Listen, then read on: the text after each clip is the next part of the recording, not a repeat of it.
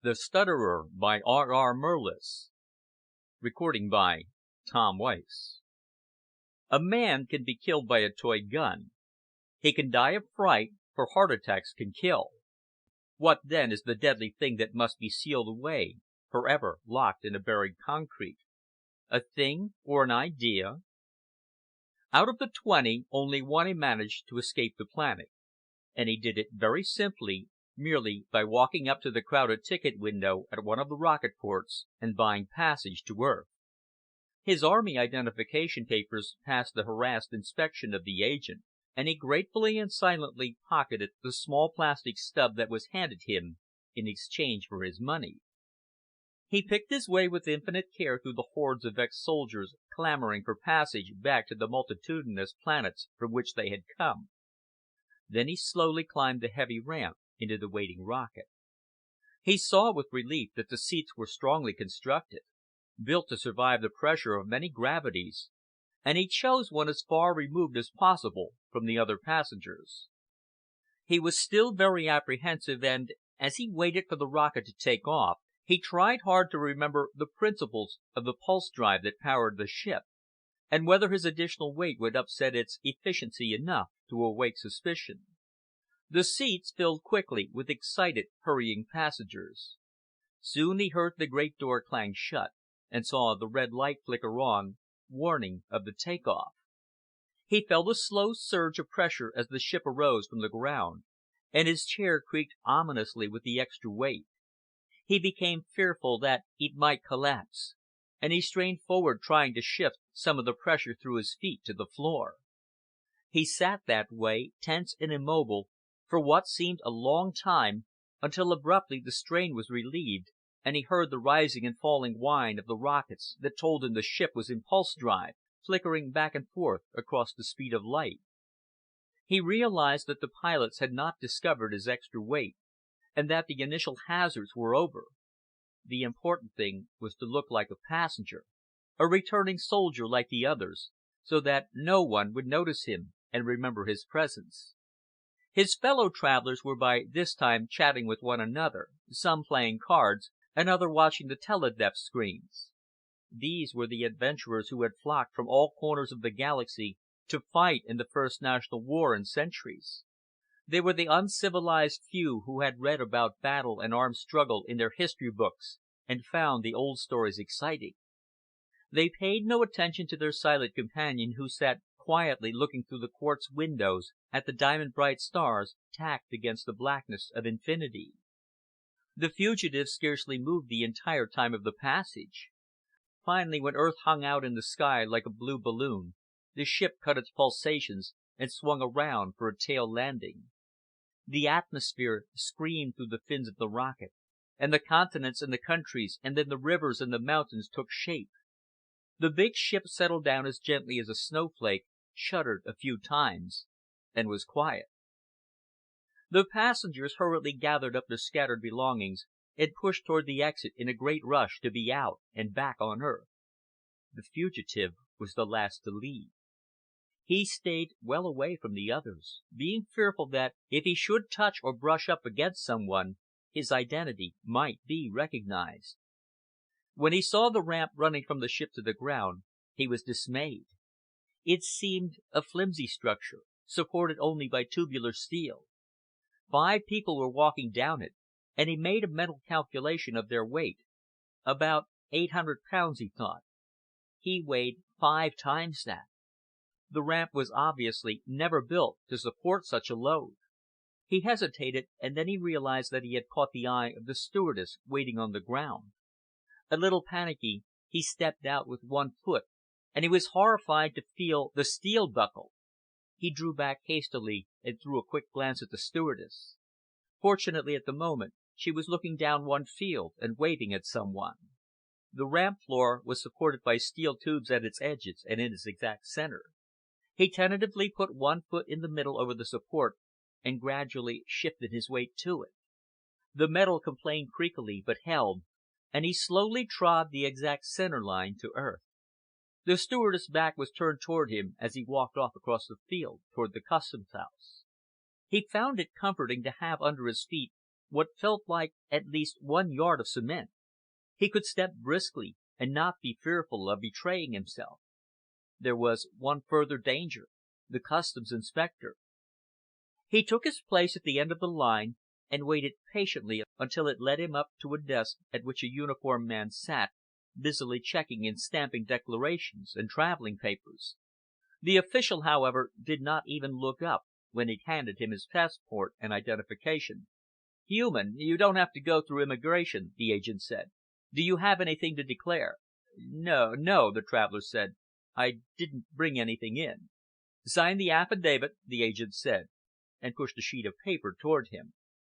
The traveler picked up a pen from the desk and signed "John Hall" in a clear, perfect script. The agent gave it a passing glance and tossed it into a wire basket. Then he pushed his uniform cap back, exposing the bald head. "You're my last customer for a while, until the rocket from Sirius comes in. Guess I might as well relax for a minute." He reached into a drawer of the desk and pulled out a package of cigarettes, of which he lit one. "You been in the war, too?" he asked. Hall nodded. He did not want to talk any more than he had to. The agent studied his face. "That's funny," he said after a minute. "I never would have picked you for one of those so-called adventurers. You're too quiet and peaceful looking. I would have put you down as a doctor, or maybe a writer." "No," Hall said. "I was in the war." "Well, that shows you can't tell by looking at a fellow," the agent said philosophically. He handed Hall his papers. "There you are. The left door leads out to the copter field. Good luck on Earth." Hall pocketed the stamped documents. "Thanks," he said. "I'm glad to be here." He walked down the wide station room to a far exit and pushed the door open. A few steps farther and he was standing on a cement path dug into a hillside. Across the valley, bright in the noon sun, lay the pine-covered slopes of the Argus Mountains, and at his feet the green Mojave flowering with orchids stretched far to the north and south. Between the trees in the center of the valley, the Sacramento River rolled southward in a man-made bed of concrete and steel, giving water and life to what had, the century before, been dry, dead earth. There was a small outcropping of limestone near the cement walk, and he stepped over to it and sat down. He would have been happy to rest and enjoy for a few moments his escape and his triumph, but he had to let the others know so that they might have hope. He closed his eyes and groped across the stars toward Grismet. Almost immediately he felt an impatient tug at his mind, strong because there were many clamoring at once to be heard. He counted them. There were 17.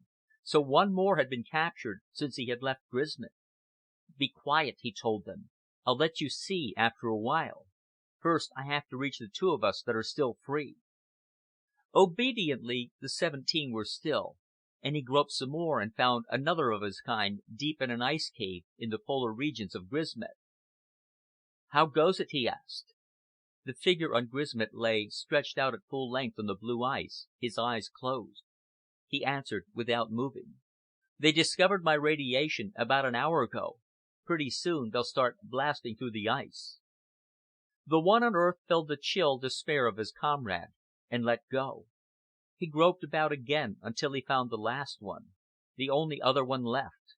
He was squatting in the cellar of a warehouse in the main city of Grismet. "Have they picked up your trail yet?" he asked. "No," answered the one in the cellar. "They won't for a while. I've scattered depots of radiation all through the town. There'll be some time tracking them all down before they can get to me."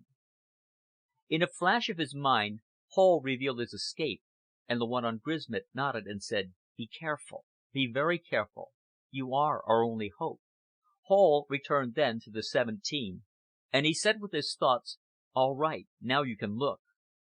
Immobile in their darkness, they snatched at his mind, and as he opened his eyes, they too saw the splendors of the mountains and the valley, the blue sky, and the gold sun high overhead. The new man was young, only 26. He was lean and dark and very enthusiastic about his work. He sat straight in his chair, waiting attentively while his superior across the desk leafed through a folder. "Jordan, Tom Jordan," the older man finally said. "A nice old Earth name. I suppose your folk came from there?" "Yes, sir," the new man said briskly. The Chief closed the folder. "Well," he said, "your first job is a pretty important one." "I realize that, sir," Jordan said. "I know it's a great responsibility for a man just starting with a commission, but I'll give it everything I have." The Chief leaned back in his seat and scratched his chin thoughtfully. "Normally, we start a beginner like you working in a pair with an older man. But we just haven't got enough men to go around. There are 8,000 planets there." He pointed with his thumb over his shoulder to a wall-sized map of the galaxy, "and we've got to cover every one. It seems reasonable that if he escaped this planet, he'll go to another that will, by its atmosphere or its temperature, give him some natural advantage over us. Some place that is either burning hot or at absolute zero, or perhaps with a chlorine or sulfur dioxide atmosphere. That's why," he hesitated a minute, but continued because he was a truthful man, "I picked you for Earth. It's the most populated of all the planets, and it seems the least likely one that he would choose." Jordan's face dropped a little bit when he heard the last piece of information, but he said, "I understand, sir, and if he's there, I'll bring him back." The Chief slouched farther back in his seat. He picked up a shard of rubidium that served as a paperweight and toyed with it. "I guess you know most of the facts. They are made out of permalium. Have you ever seen any of the stuff?" The new man shook his head. "I read about it, though. Some new alloy, isn't it?" "Plenty new. It's the hardest stuff anybody has ever made. If you set off 100 successive atom blasts over a lump of permalium, you might crystallize and scale maybe a micron off the surface. It will stand any temperature or pressure we can produce. It just means there's no way to destroy it." Jordan nodded. He felt a little honored that the Chief was giving him this explanation in person rather than just turning him over to one of the scientific personnel for a briefing. He did not understand that the old man was troubled and was talking the situation through as much as for his own sake as for anyone else's. "That's the problem," the Chief continued. "Essentially, an indestructible machine with a built-in source of power that one can't reach. It had to be built that way, a war instrument, you know." He stopped and looked squarely at the bright young man sitting across the desk. "This lousy war. You'd think the human race would grow up sometime, wouldn't you?" He filled a pipe with imported earth tobacco and lit it and took a few deep puffs. "There's something else.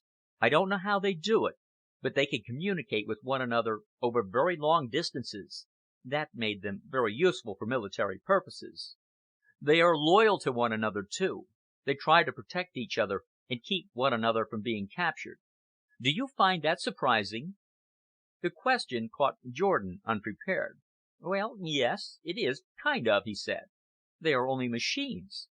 The Chief closed his eyes for a moment. He seemed tired. "Yes," he repeated, "they are only machines. Anyway, we don't know everything about them, even yet. There are still a few secret angles, I think. The men who could tell us are either dead or in hiding. There's one fact, though, that gives us a great advantage. Their brain—" he stopped on the word and considered it. "I mean, their thinking apparatus gives off a very penetrating short-wave length radiation which you can pick up on your meters anywhere in a radius of 2,000 miles, and you can locate the source accurately if you get within 50 miles. The only problem you'll have in finding them is the confusion created by illegal atomic piles. You'd be surprised how many of them we have turned up recently. They are owned by private parties and are run illegally to keep from paying the tax on sources of power. You have to track those down, but once you get them labeled, it will be clear sailing." He stopped to take a few puffs on his pipe. "Don't try to be a hero," he said after a few moments. "Don't get close to the thing you are hunting. None of them yet has injured any of us, but if one should want to, he could crush you to death with 2 fingers. Use the permalium nets and net bombs if you locate him." He tamped his pipe out. "Well, that's it," he said. The new man arose. "I want you to know that I appreciate the trust you have put in me." "Sure, sure," the Chief said, but it was not unfriendly. "Do you like the job?" "It is a great opportunity," Jordan said, and he meant it. "What do you think about what we do to them after we capture them?" The new man shrugged. "I suppose it's the only thing to do. It's not as though they were human." "Yeah," the Chief said, "I guess so. Anyway, good luck." Jordan arose and shook the Chief's hand. However, just as he was stepping through the door, his superior asked him another question. "Did you know that one of them stutters?" He turned back, puzzled. "Stutters? Why would he stutter? How could that be?" The Chief shook his head and started cleaning out his pipe. "I don't know for sure. You'd better get started." He sat back in his seat and watched the back of the new man as he disappeared through the doorway. "That young fellow has a lot to learn," he thought to himself. "But even so, maybe he's better off than I am. Maybe I've had too much experience. Maybe too much experience puts you back where you started from. You've done the wrong thing so many times and profited so many times from your mistakes that you see errors and tragedies in everything." He was depressed, and he did something that usually made him feel better again. He reached under the edge of his desk and pulled a little switch that made the galactic map on the wall light up in three-dimensional depth. Then he swung around in his chair so he could see it. 8,000 planets that his race had conquered. 8,000 planets hundreds of light years apart. Looking at the map gave him a sense of accomplishment and pride in humanity which even a stupid war and its aftermath could not completely destroy. John Hall, the fugitive, walked along the highway leading south from the rocket port. There was very little traffic, only an occasional delivery truck carrying meat or groceries. The real highway was half a mile overhead, where the copters shuttled back and forth up and down the state in neat, orderly layers. The 17 were inside his head, looking through his eyes, and feasting on the blueness of the sky and the rich green vegetation that covered the fertile fields. From time to time they talked to him, giving advice, asking questions, or making comments. But mostly they looked, each knowing that the hours of their sight might be very few. After walking a while, Hall became aware of someone's footsteps behind him. He stopped suddenly in apprehension and swung around. A dozen or so paces away was a red-headed boy of about 10 or 11, dressed in plastic overalls, and carrying a basket of ripe raspberries. The stains about his mouth showed that not all the raspberries were carried in the basket. Hall's anxiety faded, and he was glad to see the child. He had hoped to meet someone who was not so old that they would become suspicious, but old enough that they might give him directions. He waited for the lad to catch up. "Hello," the boy said. "I've been walking behind you most of a mile, but I guess you didn't hear me." "It looks as though you've been picking raspberries," Hall said. "Yep, my dad owns a patch by the river. Want some?" He proffered the basket. "No, thank you," Hall answered. He resumed his walk up the highway with the boy at his side. "Do you live around here?" he asked. "Just up the road a ways." The lad studied his companion for a minute. "You stutter, don't you?" "A little." "There was a boy in my class who used to stutter. The teacher said it was because he thought so far ahead of what he said he got all tangled up." The boy reached in his basket for a handful of berries and chewed them thoughtfully. "She was always after him to talk slower, but I guess it didn't do any good. He still stutters." "Is there a power plant around here?" Hall asked. "You know, where the electricity comes from." "You mean the place where they have the nuclear fission?" The boy stumbled on the unfamiliar word, but got it out. "And they don't let you in because you get poisoned or something?" "Yes, I think that's it." "There are two places. There's one over at Red Mountain and another over at Ballarat." "Where are they?" "Well," the boy stopped to think. "Red Mountain's straight ahead, maybe 10 miles, and Ballarat's over there." He pointed west across the orange groves. "Maybe 15 miles." "Good," Hall said, "good." And he felt glad inside of himself. Maybe it could be done, he thought. They walked along together. Hall, sometimes listening to the chattering of the boy beside him, sometimes listening to and answering the distant voices of the 17. Abruptly, a few hundred yards before the house that the boy had pointed out as his father's, a small sports car whipped down the highway, coming on them almost without warning. The lad jumped sideways, and Hall, to avoid touching him, stepped off the concrete road. His leg sank into the earth up to the mid-calf. He pulled it out as quickly as he could. The boy was looking at the fast retreating rear of the sports car. "Gee," he said, "I sure didn't see them coming." Then he caught sight of the deep hole alongside the road, and he stared at it. "Gosh, you sure made a footprint there," he said wonderingly. "The ground was soft," Hall said. "Come along." But instead of following, the boy walked over to the edge of the road and stared into the hole. He tentatively stamped on the earth around it. "This ground isn't soft," he said. "It's hard as a rock." He turned and looked at Hall with big eyes. Hall came close to the boy and took hold of his jacket. "Don't pay any attention to it, son. I just stepped into a soft spot." The boy tried to pull away. "I know who you are," he said. "I heard about you on the teledeck." Suddenly, in the way of children, panic engulfed him, and he flung his basket away and threw himself back and forth, trying to tear free. "Let me go!" he screamed. "Let me go! Let me go!" "Just listen to me, son," Hall pleaded. "Just listen to me. I won't hurt you." But the boy was beyond reasoning. Terror-stricken, he screamed at the top of his voice, using all his little strength to escape. "If you promise to listen to me, I'll let you go," Hall said. "I promise," the boy sobbed, still struggling. But the moment Hall let go of his coat, he tore away and ran as fast as he could over the adjacent field. "Wait! Don't run away!" Hall shouted. "I won't hurt you. Stay where you are. I couldn't follow you anyway. I sink to my hips." The logic of the last sentence appealed to the frightened lad. He hesitated, and then stopped and turned around, 100 feet or so from the highway. "Listen," Hall said earnestly. "The teledeps are wrong. They didn't tell you the truth about us. I don't want to hurt anyone. All I need is a few hours.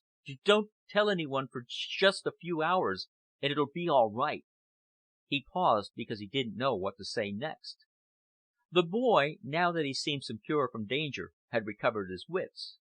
He plucked a blade of grass from the ground and chewed on an end of it, looking for all the world like a grown-up farmer thoughtfully considering his fields. "Well, I guess you could have hurt me plenty, but you didn't," he said. "That's something." "Just a few hours," Hall said. "It won't take long. You can tell your father tonight." The boy suddenly remembered his raspberries when he saw his basket and its spilled contents on the highway. "Why don't you go along a bit?" he said. "I would like to pick up those berries I dropped." "Remember," Hall said, "just a few hours." He turned and started walking again toward Red Mountain. Inside his mind, the 17 asked anxiously, "Do you think he'll give the alarm? Will he report your presence?" Back on the highway, the boy was gathering up the berries back into his basket while he tried to make his mind up. Jordan reached Earth atmosphere about 2 o'clock in the afternoon. He immediately reported in to the terrestrial police force, and via the teledepth screen spoke with a bored lieutenant.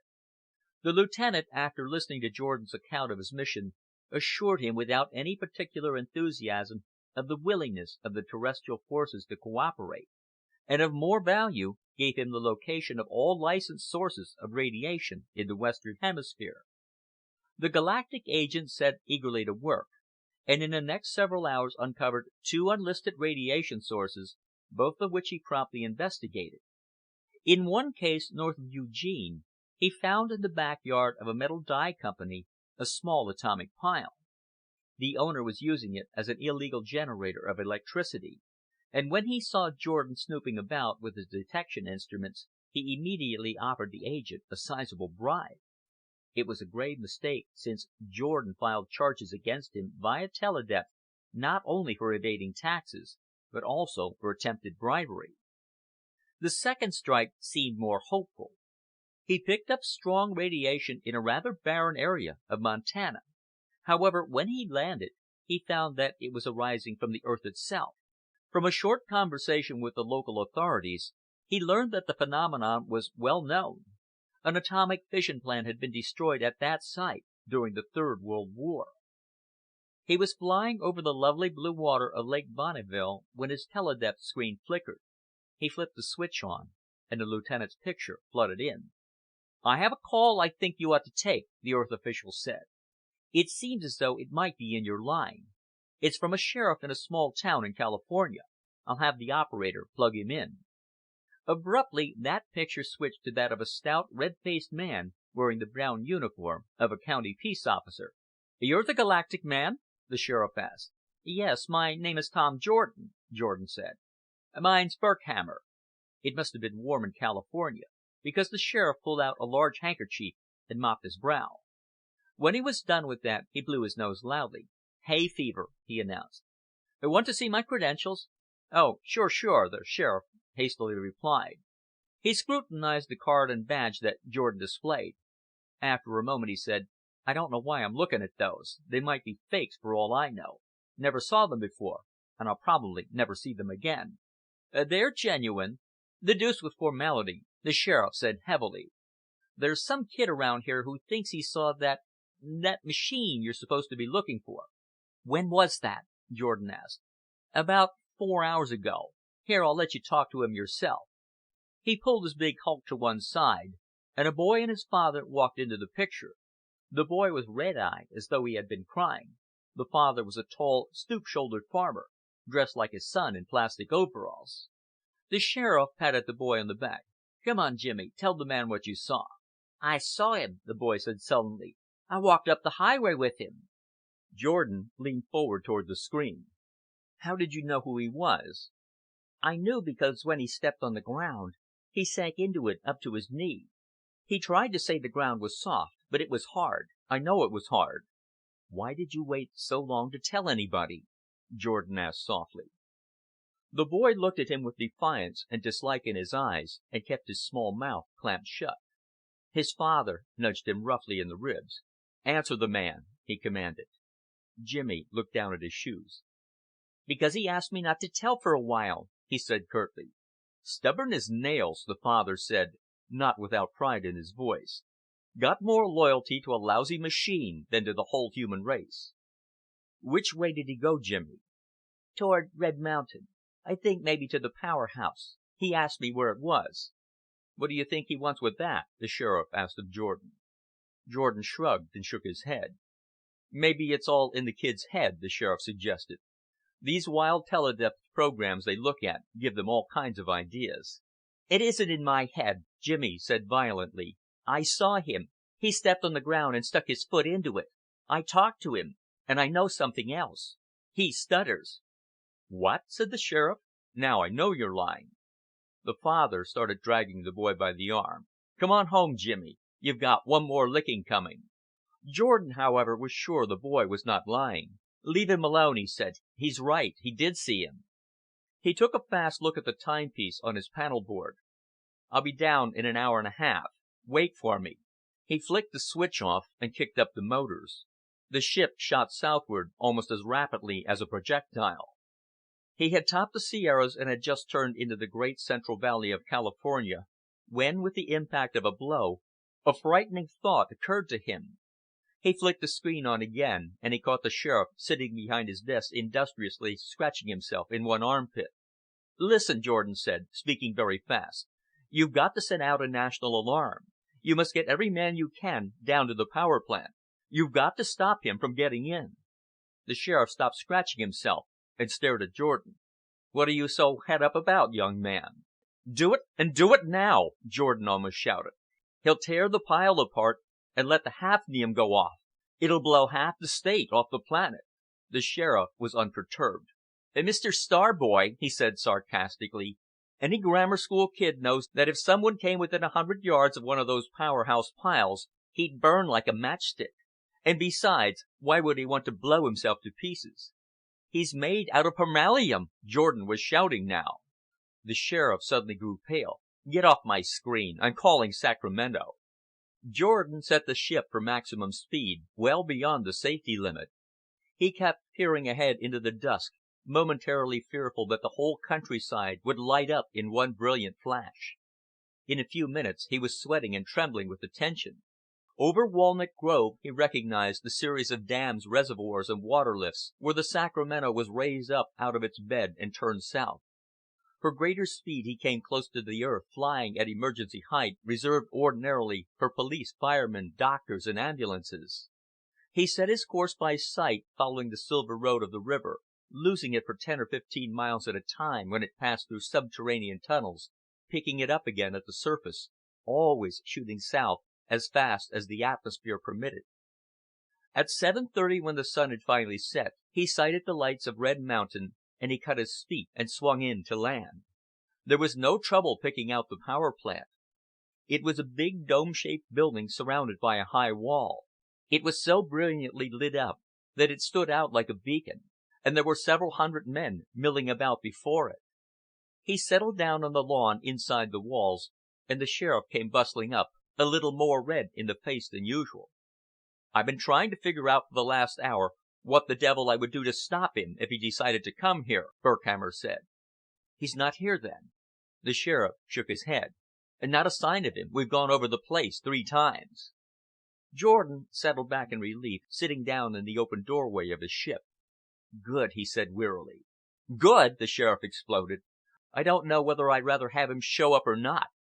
If this whole business is nothing more than the crazy imagination of some kid who ought to get tanned and a star cop with milk behind his ears, I'm really in the soup. I've sent out an alarm, and I've got the whole State jumping.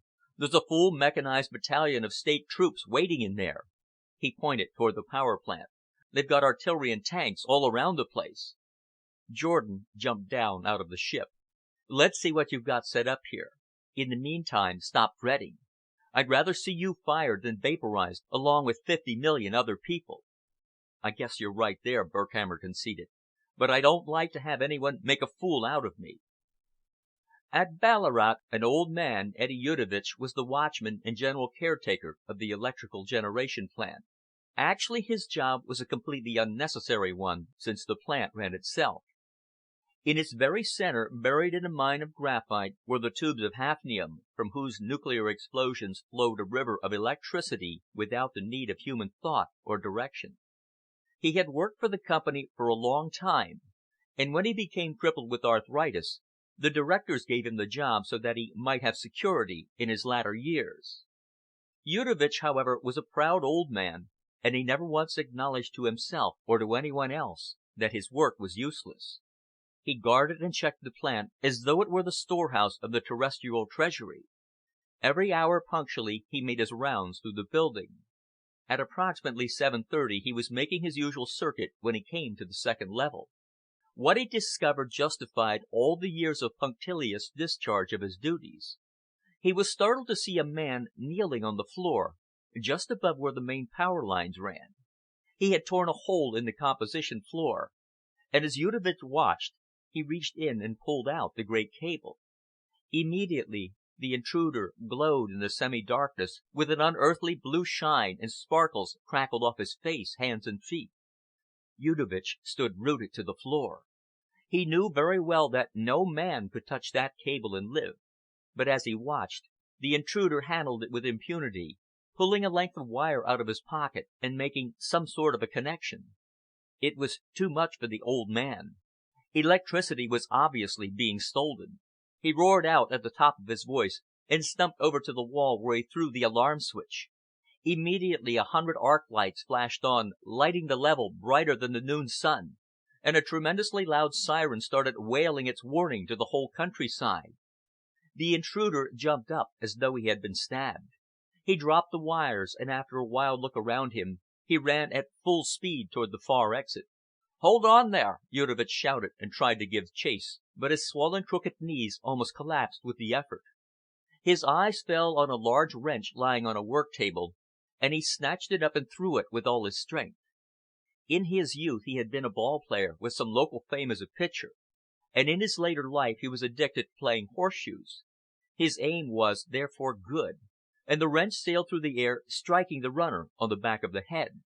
Sparks flew, and there was a loud metallic clank, the wrench rebounding high in the air. The man who was struck did not even turn his head, but continued his panicky flight and was gone in a second. When he realized there was no hope of effecting a capture, Yudovich stumped over to see the amount of the damage. A hole had been torn in the floor, but the cable itself was intact. Something strange caught his attention. Wherever the intruder had put his foot down, there were many radiating cracks in the composition floor, just as though someone had struck a sheet of ice with a sledgehammer. "I'll be danged," he said to himself. "I'll be danged and double danged." He turned off the alarm and then went downstairs to the teledesk screen to notify the sheriff's office. A few hundred yards from the power house, John Hall stood in the darkness, listening to the voices of his fellows. There were 18 of them, not 17, for a short while before the one in the ice cave had been captured, and they railed at him with a bitter, hopeless anger. He looked toward the bright lights of the power house, considering whether he should return. "It's too late," said one of them. "The alarm is already out." "Go into the town and mix with the people," another suggested. "If you stay within a half-mile of the hafnium pile, the detection man will not be able to pick up your radiation, and maybe you will have a second chance." They all assented in that, and Hall, weary of making his own decisions, turned toward the town. He walked through a tree-lined residential street, the houses with neatly trimmed lawns, and each with a copter parked on the roof. In almost every house the teledeps were turned on, and he caught snatches of bulletins about himself. "Is known to be in the Mojave area. About 6 feet in height and very similar to a human being. When last seen he was dressed in. Governor Leibowitz has promised speedy action, and Attorney General Marshall has stated." The main street of Ballarat was brilliantly lighted. Many of the residents, aroused by the alarm from the power house, were out, standing in small groups in front of the stores and talking excitedly to one another. He hesitated, unwilling to walk through the bright street, but uncertain where to turn. Two men talking loudly came around the corner suddenly, and he stepped back into a store entrance to avoid them. They stopped directly in front of him. One of them, an overalled farmhand from his looks, said, "He killed the kid just a little while ago. My brother-in-law heard it." "Murderer!" the other said viciously. The farmer turned his head, and his glance fell on Hall. "Well, a new face in town," he said after a moment's inspection. "Say, I bet you're a reporter from one of the papers, aren't you?" Hall came out of the entrance and tried to walk around the two men, but the farmer caught him by the sleeve. "A reporter, huh? Well, I've got some news for you. That thing from Grismet just killed the kid." Hall could restrain himself no longer. "That's a lie," he said coldly. The farmer looked him up and down. "What do you know about it?" he demanded. "My brother-in-law got it from somebody in the State Guard." "It's still a lie." "Just because it's not on a teledept, you say it's a lie?" the farmer said belligerently. "Not everything is told on the teledept, Mr. Weisenheimer. They're keeping it a secret. They don't want to scare the people." Hall started to walk away, but the farmer blocked his path. "Who are you, anyway? Where do you live? I never saw you before," he said suspiciously. "Ah, Randy," his companion said, "don't go suspecting everybody. I don't like anyone to call me a liar." Hall stepped around the man in his path and turned down the street. He was boiling inside with an almost uncontrollable fury. A few feet away, catastrophe suddenly broke loose. A faulty section of the sidewalk split without warning under his feet, and he went pitching forward into the street. He clutched desperately at the trunk of a tall palm tree, but with a loud snap it broke, throwing him head-on into a parked road car. The entire front end of the car collapsed like an egg-shell under his weight. For a long moment the entire street was dead quiet.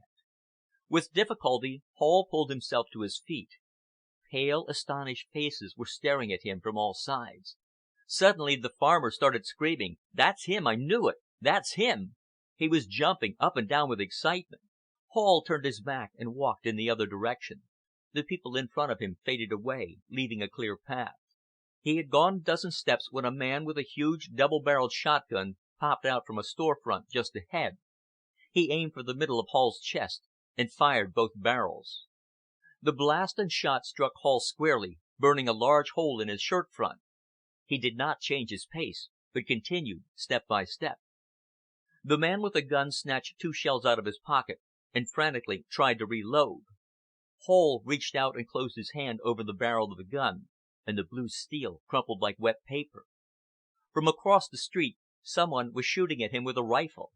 Several times a bullet smacked warmly against his head or his back. He continued walking slowly up the street.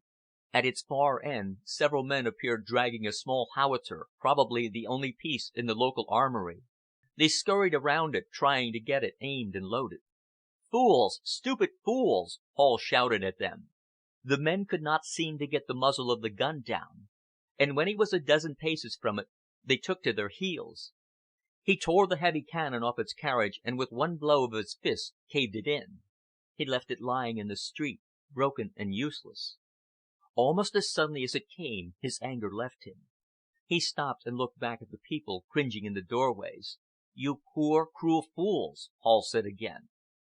He sat down in the middle of the street on the twisted howitzer barrel and buried his head in his hands.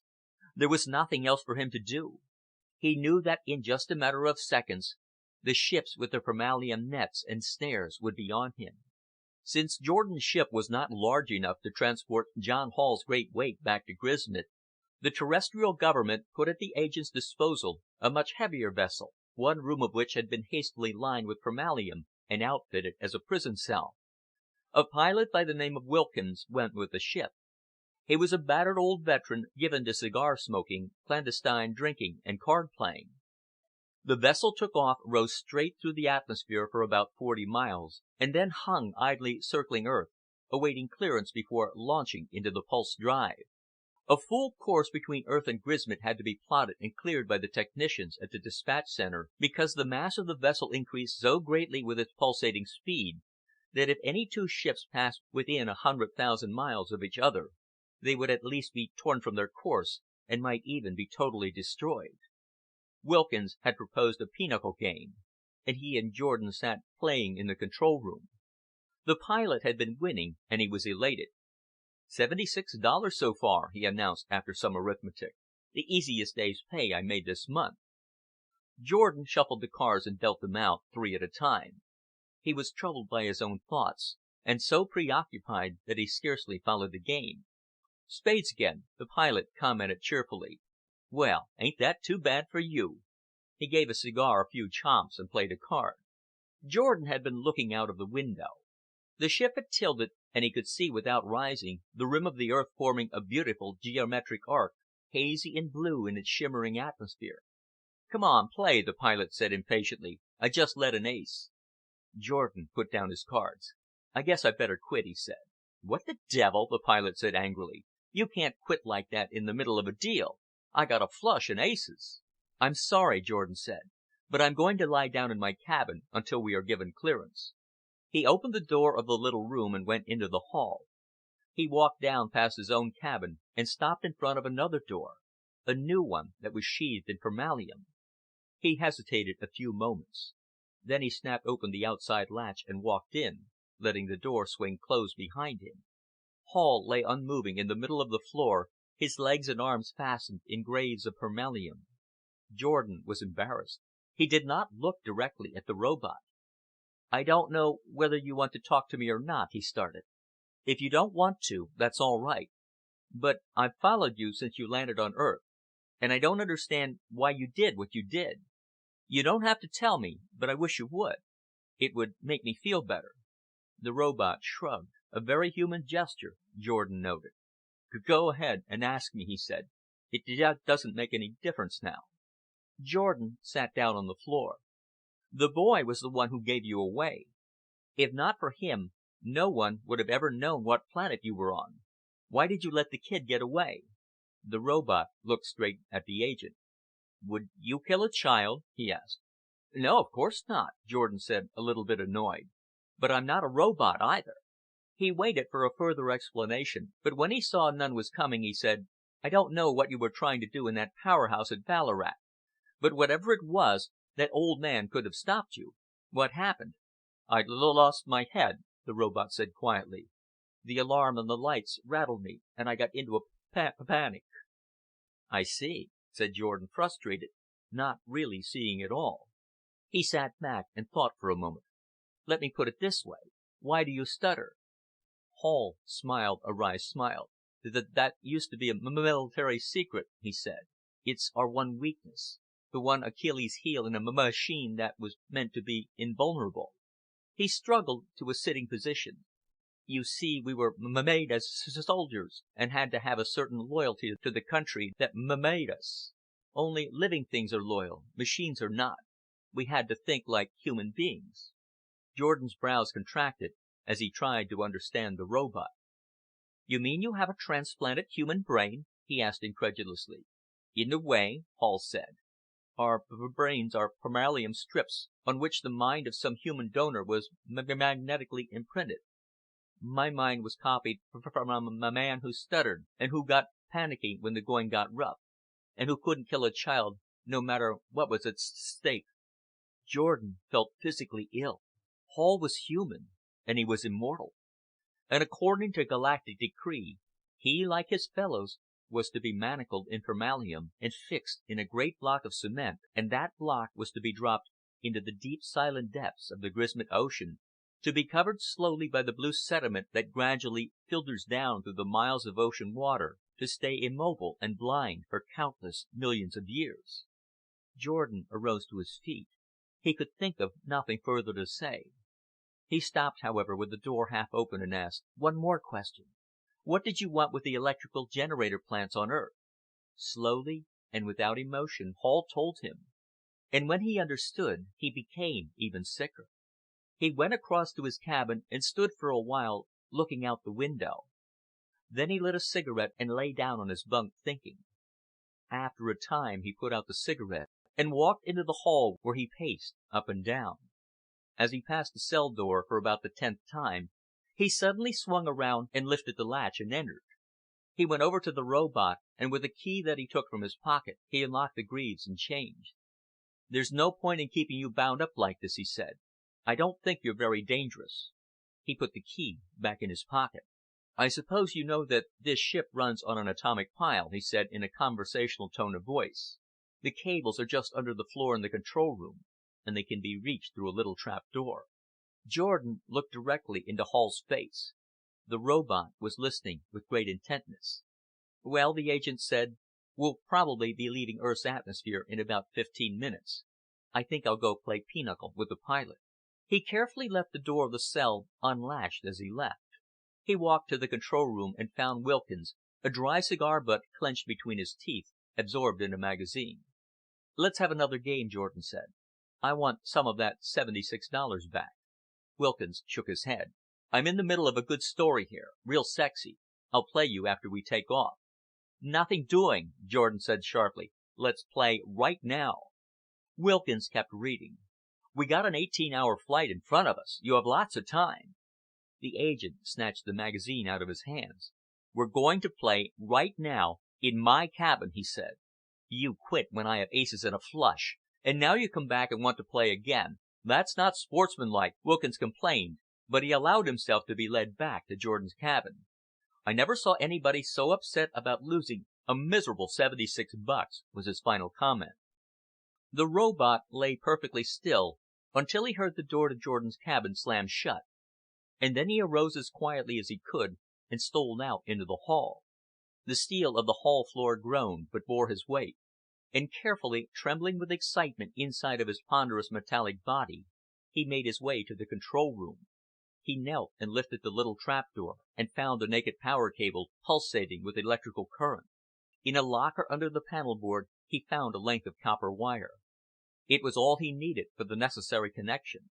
Since his capture, his fellows on Grismet had been silent with despair, but as he knelt to close the circuit, their minds flooded in on him, and he realized with a tremendous horror that there were now 19, that all except he had been found and fixed in their eternal cement prisons. "We are going to have our chance," he told them. "We won't have much time, but we will have our chance." He closed the circuit, and a tremendous tide of electric power flowed into his head. Inside that 2-inch shell of permallium was a small strip of metal tape on whose electrons and atoms were written the borrowed mind of a man. Connected to the tape was a minute instrument for receiving and sending electromagnetic impulses, the chain by which the mind of one robot was tied to that of another. The current surged in, and the tiny impulses swelled in strength and poured out through the hull of the ship in a great cone that penetrated Earth's atmosphere in a quadrant that extended from Baffinland to Omaha and from Hawaii to Labrador. The waves swept through skin and bone and entered the sluggish, gelatinous brain of sentient beings, setting up in those organs the same thoughts and pictures that played among the electrons of the permallium strip that constituted John Hall's mind. All 19 clamored to be heard, for Hall to relay their voices to Earth, but he held them off, and first he told his story. The Cassiopean delegate to the Galactic Senate was at the moment finishing his breakfast. He was small and furry, not unlike a very large squirrel, and he sat perched on a high chair eating salted roast almonds, of which he was very fond. Suddenly a voice started talking inside of his head, just as it did at that very second inside the heads of 13 billion other inhabitants of the northwest corner of Earth. The Cassiopean delegate was so startled that he dropped the dish of almonds, his mouth popping open, his tiny red tongue inside flickering nervously. He listened, spellbound. The voice told him of the war on Grismet, and of the permalium-constructed robots, and of the cement blocks. This, however, he already knew, because he had been one of the delegates to the peace conference who had decided to dispose of the robots. The voice, however, also told him things that he did not know, such as the inability of the robots to commit any crime that any other sane human being would not commit, of their very simple desire to be allowed to live in peace, and most of all, of their utter horror for the fate a civilized galaxy had decreed for them. When the voice stopped, the Cassiopean delegate was a greatly shaken little being.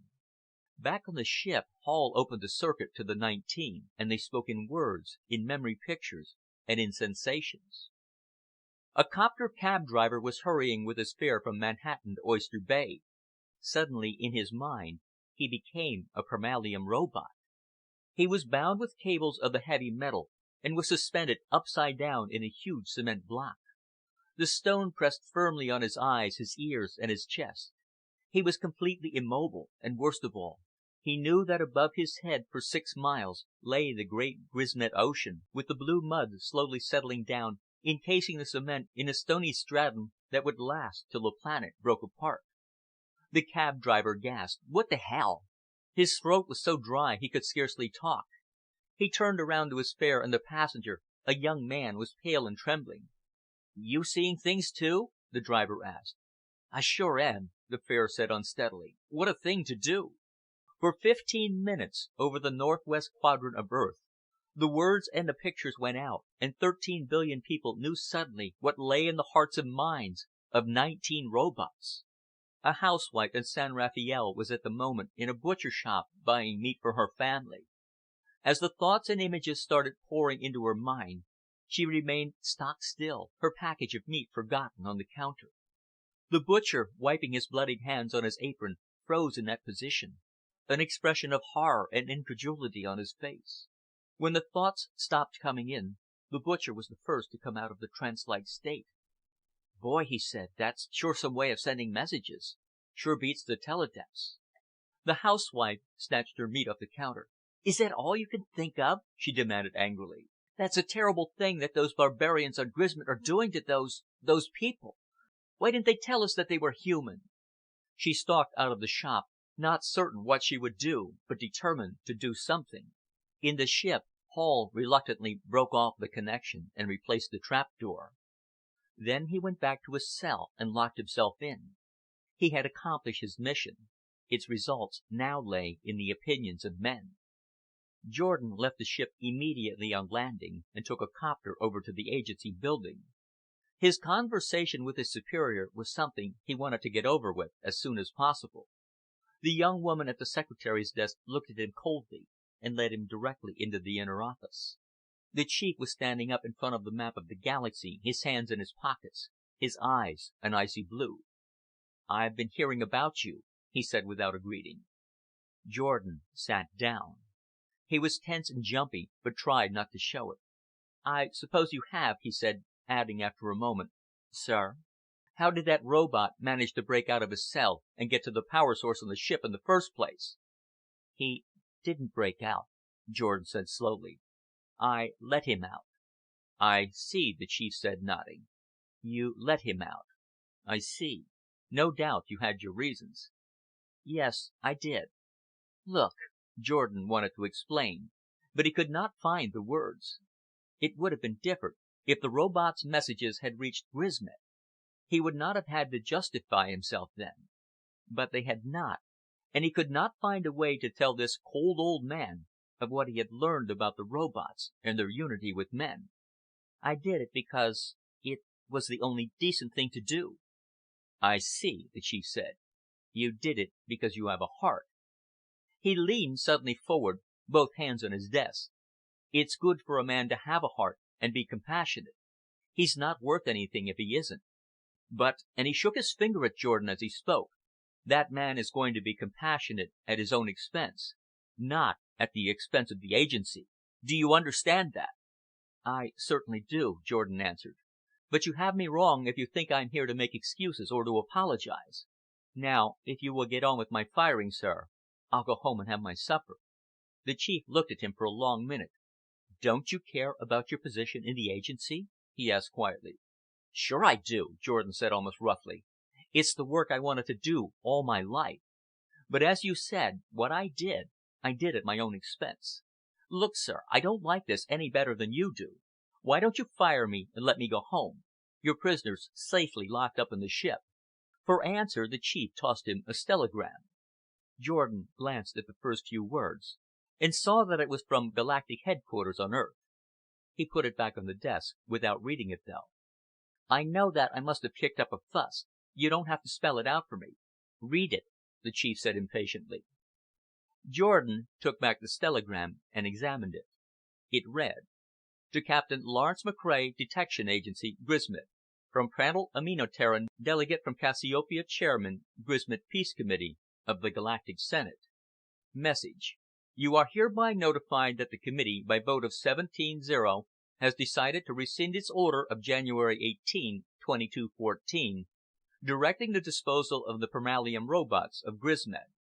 Instead, the committee directs that you remove from their confinement all the robots and put them in some safe place where they will be afforded reasonable and humane treatment. The committee will arrive in Grismet some time during the next month to decide on permanent disposition. Jordan's heart swelled as he read the gram. "It worked," he said. "They have changed their minds. It won't be so bad being discharged now." He put the paper back on the desk and arose to go. The Chief smiled, and it was like sunlight suddenly flooding over an Arctic glacier. "Discharged? Now who's discharging you? I'd sooner do without my right arm." He reached in a desk drawer and pulled out a bottle of Old Earth bourbon and 2 glasses. He carefully poured out a shot into each glass and handed one to Jordan. "I like a man with heart, and if you get away with it, why then you get away with it, and that's just what you've done." He sat down and started sipping his whiskey. Jordan stood uncertainly above him, his glass in his hand. "Sit down, son," the old man said. "Sit down and tell me about your adventures on Earth." Jordan sat down, put his feet on the desk, and took a sizable swallow of his whiskey. "Well, Larry," he started, "I got into Earth atmosphere about 2:40 o'clock.